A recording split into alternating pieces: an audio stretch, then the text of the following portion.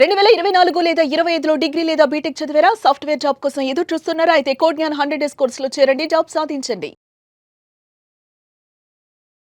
నమస్కారం సార్. నమస్తే సిరి. రకరకాల కేసెస్, రకరకాల సెక్షన్స్ అండ్ ప్రతి ఒక్క సెక్షన్‌కి ఒక్కొక్కటి ఉంటూ ఉంటుంది. అండ్ ఎస్పెషల్లీ సెక్షన్ 69 బిఎన్ఎస్ అసలు ఏం చెప్తుంది? ఇది ఎవరికి బాగా ఉపయోగపడుతుంది?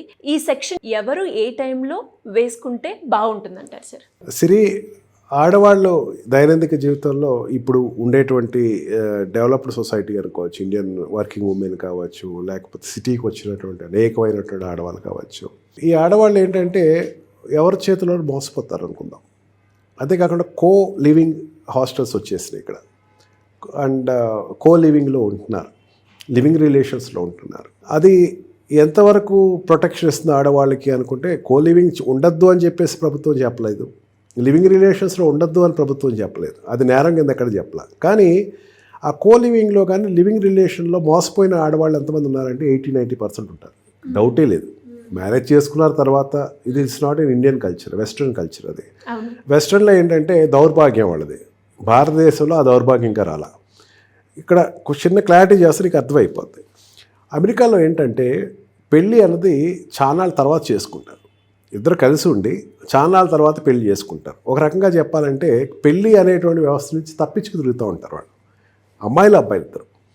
వాళ్ళ ఫ్యూచర్ ప్లాన్ ఎంత దూరంగా వెళ్తుందంటే, ఒకవేళ ఈ వ్యక్తితోటి నాకు మోజు తీరిపోయిందా, లేకపోతే నాకు ఇష్టం లేదు అని చెప్పేసి అనుకుంటే కనుక డైవర్స్ తీసుకుంటే ఇబ్బంది అవుతుంది, అందుకే పెళ్ళే చేసుకోవద్దు అనుకుని ఇద్దరు ఒక ఒప్పందానికి వచ్చి వాళ్ళు కాపురాలు చేస్తూ ఉంటారు. ఒక 10 years 15 years పిల్లలు పుట్టేస్తారు. పిల్లలు పుట్టి వాళ్ళే ఎదుగుతూ ఉంటారు. వాళ్ళు ఫైన్ డే అబ్బాయో అమ్మాయో వచ్చి లెటర్స్ వాళ్ళు కలిసిన సందర్భం, అప్పుడు ఫస్ట్ టైం కలిసినటువంటి ఈవో, లేకపోతే కలిసి ఉండగా ఉన్నటువంటి ఈవో ఒక పెద్ద పార్టీ ఇచ్చుకొని ఒక రింగ్ ఇస్తారు.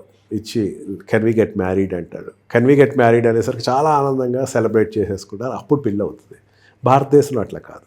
భారతదేశంలో ఏంటంటే ఆడవాళ్ళకి ఎవరు పెద్దల సంబంధం చూస్తారు. కాకపోతే వీళ్ళైనా సరే, ఎవరైనా చూసినా సరే, ఒక మ్యారేజ్ అనే వ్యవస్థ అయిన తర్వాతే వాళ్ళు కలిసి ఉంటూ జరుగుతుంది. ఈ మధ్యన ట్రెండ్స్ ఏమైపోయింది అంటే, సిటీలో, హైదరాబాద్ సిటీలో, Bengaluru city, Delhi, Calcutta, Bombay living relations అనేవి వచ్చేసినాయి. వాళ్ళని చూసి వీళ్ళు వాత పెట్టుకుంటున్నారని చెప్పచ్చు. లివింగ్ రిలేషన్లో ఏంటంటే తల్లిదండ్రులు తెలియకో చెప్పకుండానో వీళ్ళిద్దరు కలిసి ఎక్కడో ఉంటారు. అండ్ ఎకనామికల్ రీజన్స్ అయినా కావచ్చు, డబ్బు అంతా హాస్టల్ పెట్టలేరు, కలిసి ఉంటే కనుక ఉంటుంది అని. ఆ తర్వాత వాళ్ళు అతని మీద నమ్మకంతో, అమ్మాయి ఆడవాళ్ళు ఎక్కువ మోసపోతూ ఉంటారు. అతని మీద నమ్మకంతో అతనికి లోబడతారు. లోబడిన తర్వాత లివింగ్ రిలేషన్ సర్వసాధారణం అని చెప్పేసి అనుకుంటారు. వీళ్ళు ఈ రకంగా వండి తర్వాత పెళ్లి చేసుకుంటే సుఖాంతం, దాని గురించి పెద్ద డిస్కస్ చేయక్కర్లేదు. కానీ ఒకవేళ ఆ అబ్బాయి మోసం చేస్తే, ఒకవేళ ఆల్రెడీ అతను పెళ్ళి అయిపోయి ఈ అమ్మాయితోటి లివింగ్ రిలేషన్ ఉంటే, ఈ అమ్మాయితోటి ఉండి కొన్నాళ్ళు పోయిన తర్వాత లేదు ఇంట్లో వాళ్ళు, ఈ కేసెస్ ఎక్కువ ఉన్నాయి సిరి, అందుకే చెప్తున్నా.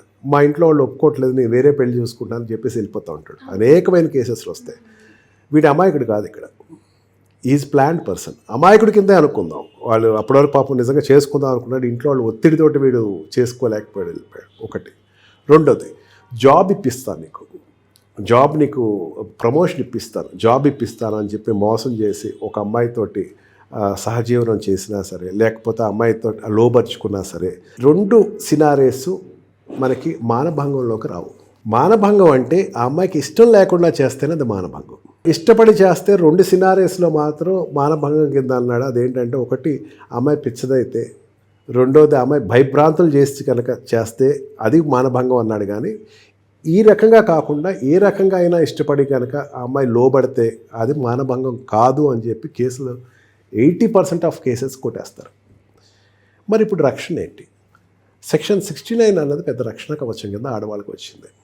69 ఏమంటుందంటే, పెళ్లి నేపంతోటో, ఉద్యోగం నేపంతోటో, ఏదో ఒక లేపంతో కలిసి కట్టి ఆ అమ్మాయిని కనుక శారీరకంగా అతను కాలని తీర్చుకున్న తర్వాత ఆ అమ్మాయిని వదిలేస్తే కనుక ఆ అమ్మాయి నేరుగా పోలీస్ స్టేషన్కి వెళ్ళి, నాకు పలానా వ్యక్తి పెళ్లి చేసుకుంటున్నాడు అని చెప్పి, ఇట్లాగా నన్ను వాడుకున్న తర్వాత వదిలేసేసాడు అని చెప్పి, చీటింగ్ కాదు మళ్ళీ, అది పోలీస్ స్టేషన్ కంప్లైంట్ వేస్తే అది ఎప్పుడైనా చేయొచ్చు సార్? అంటే గడిచిన ఎప్పుడైనా సంవత్సరం తర్వాత కూడా ఎప్పుడైనా చేయొచ్చు. మీరు అడిగిన క్వశ్చన్ మంచి క్వశ్చన్ అడిగారు.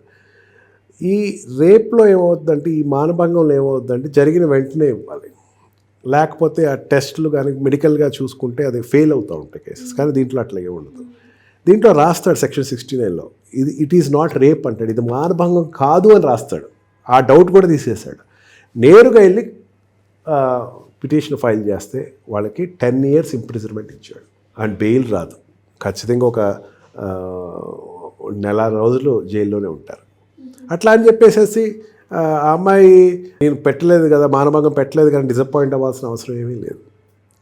ఈ సెక్షన్ అనేది BNS act June 2024 BNS act అమలైన దగ్గర నుంచి కొత్తగా వచ్చిన సెక్షన్. ప్రీవియస్ దాంట్లో ఇది కనపడదు. మీరు అన్నట్టుగానే సార్ చాలా మందికి ఎస్పెషల్లీ మహిళలకి బాగా ఉపయోగపడే సెక్షన్ అని చెప్పొచ్చు. అండ్ దీని గురించి కూడా చాలా తక్కువ మందికి అవేర్నెస్ ఉంది. It was great information sir. Thank you so much. Thank you very much.